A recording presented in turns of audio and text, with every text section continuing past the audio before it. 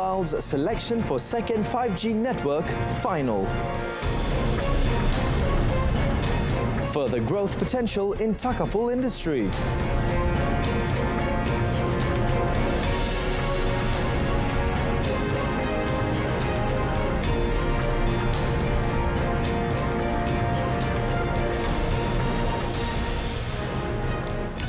Salam Malaysia Madani. My name is Gerald Baptist and you're watching Malaysia Tonight. U-Mobile Sendirian Berhad's selection to implement the nation's second 5G network is final and not up for review, according to government spokesman Fahmi Fadil. The communications minister also said the government had no hand in the Malaysian Communications and Multimedia Commission, or MCMC, choosing the mobile network operator to roll out the second network. On the contrary, he said the decision was made in accordance with the decision by the Commission members and considering the eligibility status of the telecommunications company that meets the aspects of the business plan, technical and performance, including user satisfaction levels and the ability to complete the previously awarded project. Dalam konteks pemilihan MCMC, ia telah dilakukan secara bebas oleh pasukan teknikal dalam MCMC dan diputuskan secara sebulat suara oleh ahli-ahli Suruhanjaya. Jadi pihak pentadbiran tidak terlibat, tidak masuk campur, dan saya perlu peringatkan, ini bukan kontrak, ini bukan lesen. Instrumennya nanti adalah spektrum 3.6 GHz yang dikenali juga sebagai F2 yang boleh diberikan untuk dibangunkan rangkaian 5G kedua. Jadi tidak ada dana awam yang terlibat dalam membangunkan rangkaian 5G kedua negara, dan dari segi aspek pengurusan, tata kelola, governance, setakat ini semua berjalan dengan tertib. Fahmi said this in his weekly press conference today. On a separate matter, Fahmi said Malaysia strongly condemns the atrocities committed by Israel in Lebanon, including the attack on the United Nations Interim Force in Lebanon, also referred to as UNIFIL, which also injured the Malaysian Peacekeepers. The spokesman for the unity government said the matter was discussed at the cabinet meeting today. Ini tidak boleh diterima bagi pihak Jemaah Menteri dan juga Kerajaan Malaysia. Kita mengutuk sekeras-kerasnya tindakan serangan yang berterusan terhadap Lebanon dan juga pasukan UNIFIL, yang mana di antaranya Malbat adalah sebahagian daripada pasukan tersebut. Yesterday, 6 Malaysian Battalion Malbat members were injured following an explosion near Saida Stadium in Lebanon during the movement of Malbat 850-12. Members from Beirut to Camp Maraka at 7:54 p.m. Malaysian time or 1:54 p.m. Lebanese time. The team, consisting of 220 officers and members of other ranks, had just arrived in Lebanon to continue the peacekeeping mission under the United Nations or UN when the attack occurred. A cadet officer from the Military Training Academy, also known as ALK, of the University Pertahanan Nasional Malaysia, abbreviated to UPNM, pleaded not guilty in the Kuala Lumpur Sessions Court today to a charge of causing hurt to his junior using a hot steam iron last month. Amirul Iskandar Nurhan Nizan, 22, was charged with committing the offence to Muhammad Salman Muhammad Saiful Surash, 20, at the Academy in UPNM, Sungai Besi Camp, Cheras, at 11:45 p.m. on the 22nd of October. The charge under Section 324 of the Penal Code provides for imprisonment of up to 10 years, or with fine or with whipping, or with any two of such punishments upon conviction. Deputy Public Prosecutor Muhammad Sabri Othman proposed bail of 30,000 ringgit in one surety, taking into account the nature of the offence and the seriousness of the accused's actions, which involved pressing a hot steam iron onto the victim's chest causing second-degree burns.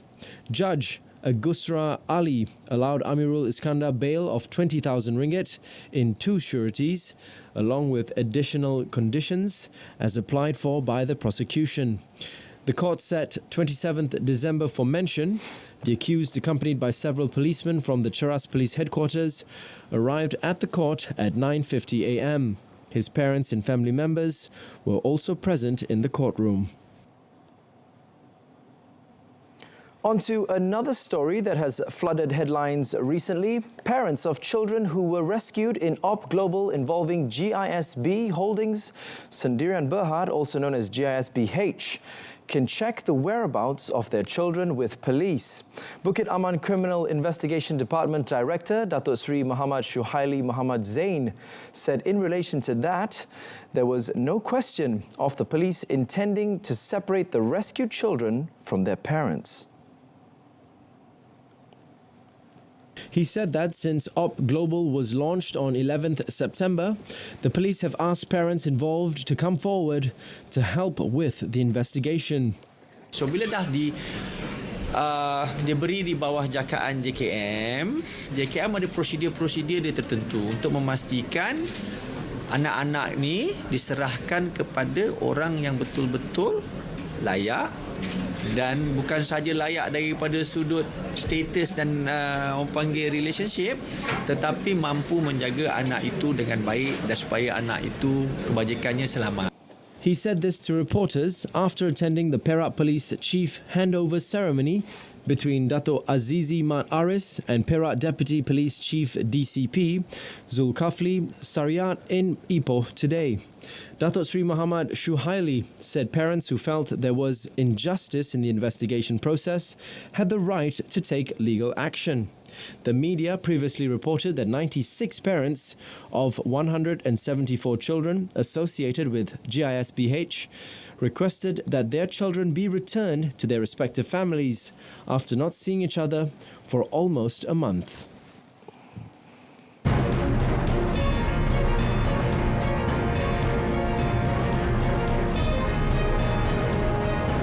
Coming up next, Women Entrepreneurs Carnival during ASEAN Chairmanship. Welcome to On the Table. Obviously, there are two main engines of growth in any economies. What are the implications of Malaysia's growth on employment, income levels, and also standard of living per population? From a historical perspective, it's been good. The capacity in our country can be built to be in the same level as the world standards.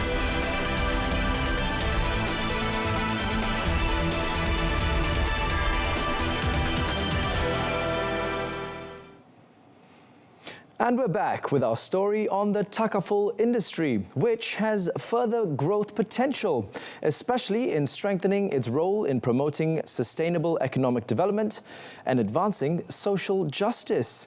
According to Bank Negara Malaysia Deputy Governor Adnan Zailani, the Takaful market has experienced significant growth, with Takaful contributions almost tripling over the past decade, now comprising 24.7% of the combined insurance and Takaful market share. Next year will be a significant year for Malaysia as it takes on the ASEAN Chairmanship. It represents a significant opportunity for Malaysia to actively advance regional collaboration across Southeast Asia in critical sectors, including in Takaful and Takaful. He said this in his keynote speech at Malaysia Takaful Association's, or MTA, launch of Hijrah 27. Adnan said with Malaysia's growth prospects and ongoing government structural reforms, the subsidy rationalisation and enhancements in social protection, significant opportunities are there for the Takaful industry to grow and deliver a meaningful change. Furthermore, Adnan said that Budget 2025 has allocated grants to encourage integrated Takaful solutions. Good news for female entrepreneurs. The Ministry of Entrepreneur Development and Cooperatives, also known as KUSKOP, has proposed the organisation of a Women Entrepreneurs Carnival during Malaysia's ASEAN 2025 Chairmanship. Deputy Minister Datuk Sri R. Ramanan said the proposal would be further deliberated within KUSKOP before being presented to other ministries for strategic collaboration. The Deputy Minister stated that the ASEAN 2025 theme is inclusivity and sustainability, and that the ministry plans to involve women entrepreneurs through the carnival. He also said this presents a valuable opportunity as Malaysia will host international delegations, allowing them to experience products firsthand. KUSKOP juga ada membawa banyak usahawan, contohnya pergi ke Amerika Syarikat, Indonesia, Dubai, dan mempamerkan produk mereka. Sampai hari ini mereka pun ada kedai di Amerika Syarikat, di Dubai dan di Indonesia. Jadi kalau kita sekarang ada semua pengunjung datang ke Malaysia, kalau kita boleh pamerkan semua produk yang kita ada. He said this after officiating the Malaysia Women Entrepreneurs Carnival, also known as KUWM 2024 in Putrajaya today. On 11th October, Laos officially handed over the chairmanship of ASEAN to Malaysia at the closing ceremony of the 44th and 45th ASEAN summits and related summits in Vientiane. Emerging technologies such as artificial intelligence, or as you all may know it, AI, machine learning and automation are rapidly reshaping the global workforce. And this new landscape, Malaysia's ability to stay ahead of these trends, will be key to maintaining its competitive edge on the world stage. Deputy Prime Minister Datuk Sri Fadillah Yusof emphasised that for the country to succeed, it must not only adapt to these changes, but also take a leadership role in shaping them by fostering a workforce equipped with the skills that will define Malaysia's future economy. In this new era, lifelong learning is no longer a choice, but a necessity. As we prepare for the future, we must cultivate a mindset within our workforce that embodies the principle of learn, unlearn, and relearn. This is a key to thriving in an ever-evolving environment. Upskilling and reskilling must remain at the forefront of our efforts.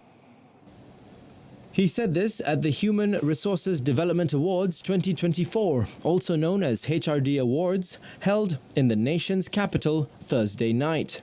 Datuk Seri Fadillah also expressed his satisfaction that many organizations that have risen to the challenge by investing in their employees' development and, in doing so, strengthening Malaysia's economic resilience and enhancing its global standing.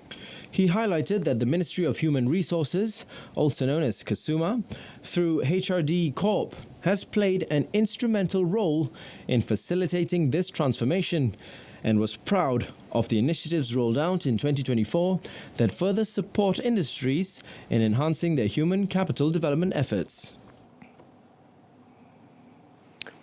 Prasarana Malaysia Berhad made history by being recognised as the second Regional Training Centre, or RTC, in the Asia Pacific by the International Association of Public Transport, also known as UITP, which is based in Brussels, Belgium.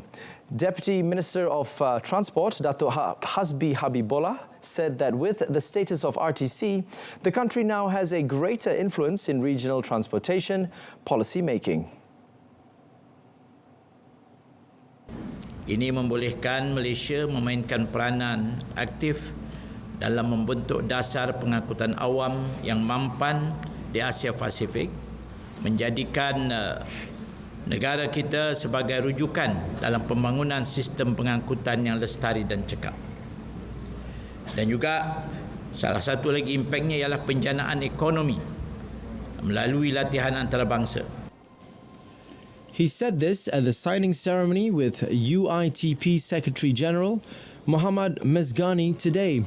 Additionally, the Deputy Minister said that RTC Malaysia is expected to attract international participants to Kuala Lumpur and positively impact the country's economy by contributing to the hotel, tourism and services sectors. Through this collaboration, more than 13,000 Prasarana employees will gain direct access to international standard training resources, including the UITP Learning Management System. Prasarana will also be able to offer training and professional development programs for various players in this industry, including government agencies and private sector entities in the region.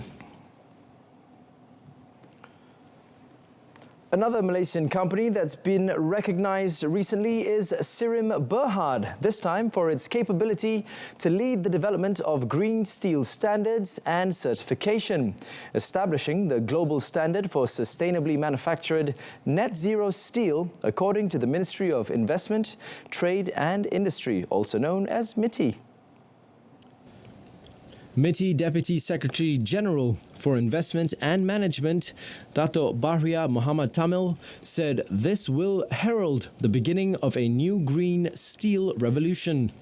Malaysia recognizes the significance of sustainability and the need to adapt to an ever-changing environment means that sustainability or ESG is no longer an option. Dato' Baharia highlighted that the government is committed to transforming the manufacturing industry to new heights by capitalizing on emerging global trends, which are related to the steel industry. Meanwhile, Sirim launched its Sirim ESG Holistic Ecosystem, a forward-thinking initiative designed to support and accelerate environmental, social and governance or ESG practices among Malaysian industries. The ecosystem is positioned to empower businesses to meet sustainability goals and contribute meaningfully to both national and global environmental objectives. On the topic of recognitions, a total of 124 hospitals, including 5 government hospitals nationwide, have received accreditation and met with the evaluation standards set by the Malaysia Society for Quality in Health, or MSQH, as of 31st October. MSQH Chief Executive Officer Dr. Herrick Corrie said from that number, half of the hospitals involved received the full MSQH accreditation certification status. The others, meanwhile, are in the waiting process because it involves several procedures that take between 3 and 5 months after evaluation. He said the two main aspects that are important for obtaining the accreditation are the quality of healthcare services and patient safety. He was met after the presentation ceremony of the MSQH full accreditation in the Putra Specialist Hospital, Malacca, which was also attended by the State Health, Human Resources and Unity Committee Chairman, Dato' Wee Hee Sem. For the record, the MSQH has been the only national health accreditation body for the past 25 years, and it continues to grow. MSQH has now released the 6th edition of the hospital accreditation standards, in addition to additions for chronic dialysis treatment, dental clinics and medical clinics. Maxis Berhad's net profit surged 27.5% to 366 million ringgit for the third quarter ended 30th September this year, or 3Q 2024, from 287 million in the same period, or rather 287 million ringgit in the same period last year, driven by both higher service revenues as well as prudent cost management. In a filing with Bursa Malaysia, the telecommunications company said its revenue rose by 5.5% to 2.58 billion ringgit in 3Q 2024, against 2.44 billion ringgit previously, contributed by growth in both service revenue of 3.2% and device revenue of 22.2%. Year-on-year, earnings before interest, taxes, depreciation and amortization in 3Q 2024 increased 119 million ringgit, arising from an increase in total revenue net of its associated costs, as well as reduced staff costs, as 3Q 2023 recorded a one-off manpower rationalization costs. Looking ahead, the company said it will assess available options in consultation with all stakeholders following the Malaysian Communications and Multimedia Commission's, or MCMC, announcement of U-Mobile Sdn Bhd as the selected mobile network operator to build and operate the nation's second 5G network.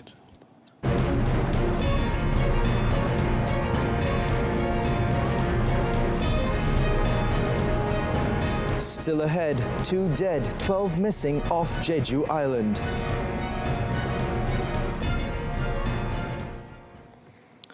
But before that story, the 2024 ASEAN Media Partners Cooperation Week is a testament of China's commitment to strengthen its relationship with ASEAN through media cooperation and cultural exchange.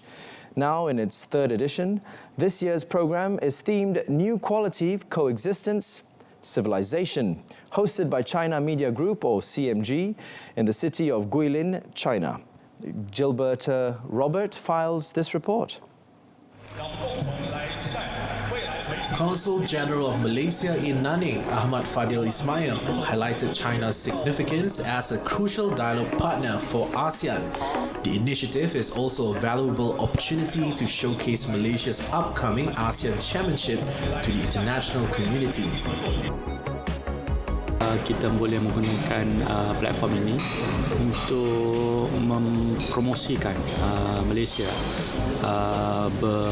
bertukar-tukar pendapat dan juga bertukar teknologi, especially dengan China, kerana teknologi mereka memang terlebih ke depan, dan cara promosi mereka juga adalah berlainan. So kita dapat mengambil peluang tersebut untuk menerapkan apa yang baik yang dilakukan di China di Malaysia. In his opening remarks, Deputy Editor-in-Chief CMG Fan Yun highlighted the significance of media cooperation in promoting mutual understanding and development between the two regions.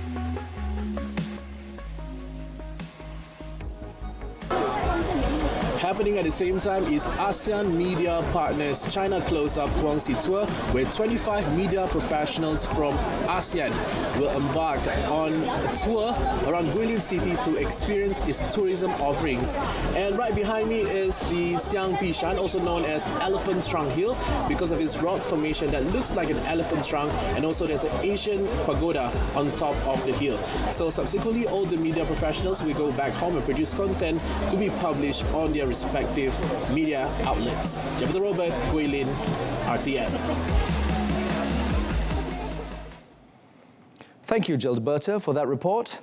And now, unfortunately, on to some tragic news from Korea. 2 people died and 12 others remain missing after a fishing boat sank off the southern island of Jeju on Friday, with a search underway. According to Yonhap News Agency, the 129-ton Jeomseong was carrying 27 crew members, comprising of 16 South Koreans and 11 foreigners, when the Coast Guard received a distress call at 4:33 a.m., indicating that the boat was sinking 24 kilometers off Jeju's Biyang Island.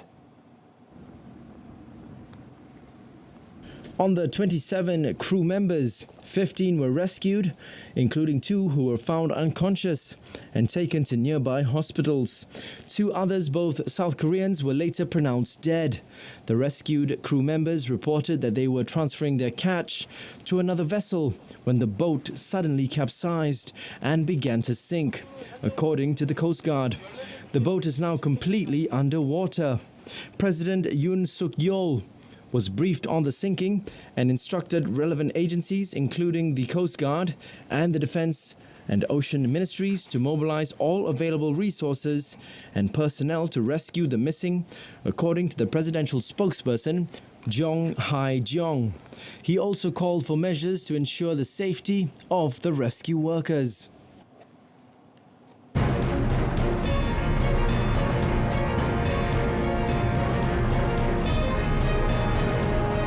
Coming up in sports, Jeongbuk hand Selangor first defeat in ACL 2. Stay with us.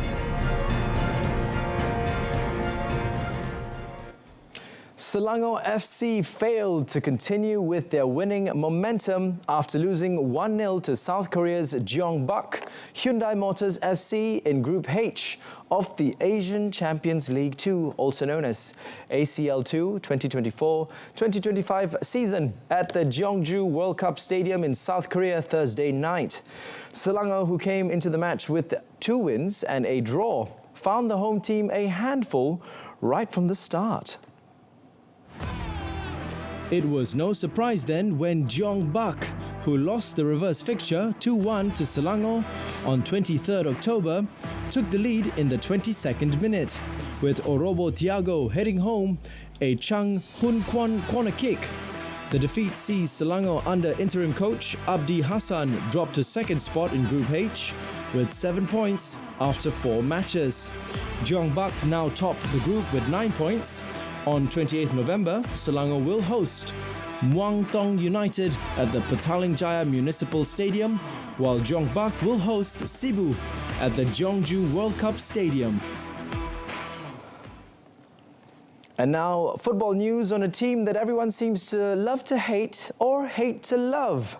Manchester United got their first win on the board by beating PAOK Thessaloniki. Amad Diallo, often overlooked by former boss Erik ten Hag, scored twice as United beat PAOK 2-0 at Old Trafford in their first Europa League game since sacking the Dutchman. United were lifeless in another goalless first half against the Greek side. But 2 goals from Diallo in the second half secured a first European win in 380 days. The Ivorian winger put United ahead early in the second half with a header, a cross goal that bounced in at the far post. Diallo secured the hosts a much-needed 3 points after 3 previous draws, with 13 minutes remaining with a wonderful individual effort.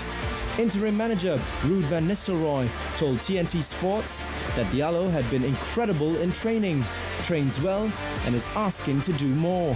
Ruud van Nistelrooy's next and final game in charge will be the Premier League visit of Leicester this weekend, before Ruben Amorim takes over after the international break.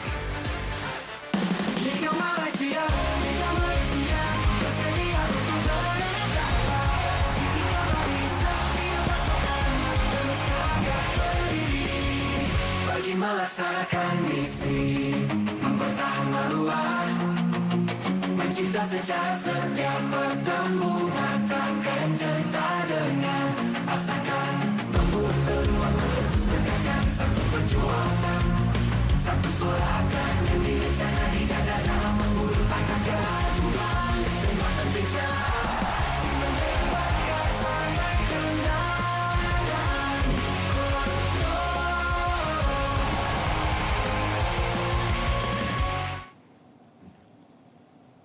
That's it from us this evening in our top story. U-Mobile's selection for second 5G network is final. From the river to the sea, guys, Palestine will be free. Thank you so much for watching. My name is Daryl Baptist. I'll see you guys real soon. Have a memorable weekend ahead. Good night.